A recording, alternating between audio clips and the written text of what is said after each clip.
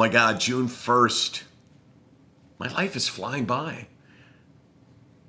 That's a good thing, right? It is, actually. Because when you feel pretty good, or when you feel really good, when you don't feel terrible, the clock ticks way faster. It's like in 1 minute of feeling at least okay and maybe good, it's like 30 seconds.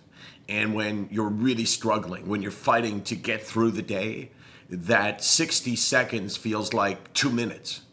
And so when you say, oh man, time is really flying, that's a sign. That's another way of saying, hey, I'm feeling pretty good. Time is really flying. It's pretty profound, wasn't it, Case? Yeah. Yeah, it was. Were you actually listening? I was listening. Oh, I know. That's great. That's super. It makes me feel really good. I said it's June 1st, 2019. That means that I got to start with no marks on my arm. That's not coming off, is it? Sharpie, you idiot. Isn't that painful? A little bit painful, but I'm trying to show how rugged and tough I am. Anyway, it's the start of the month.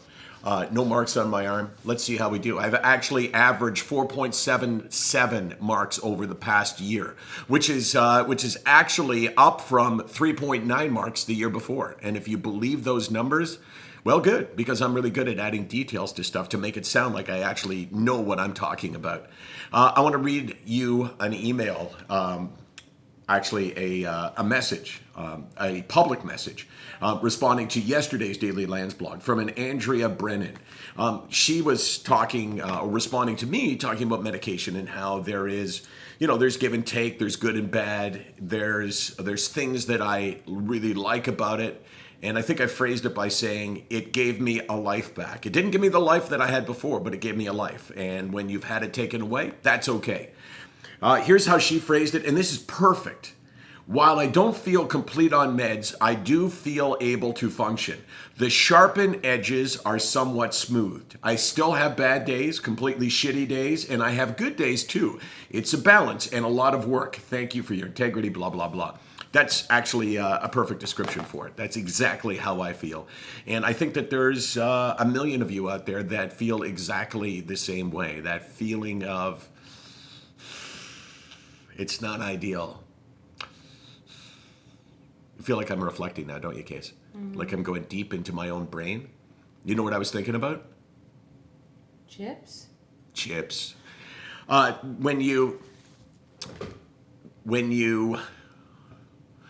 feel like if you add it all up and you got two columns and you got the good side and you got the bad side, if you can say that, before I started on medication, the good side was down here, really non-existent, and the bad side was up here, and now I'm on medication and it's like this, you might on a certain day only be able to think about the bad.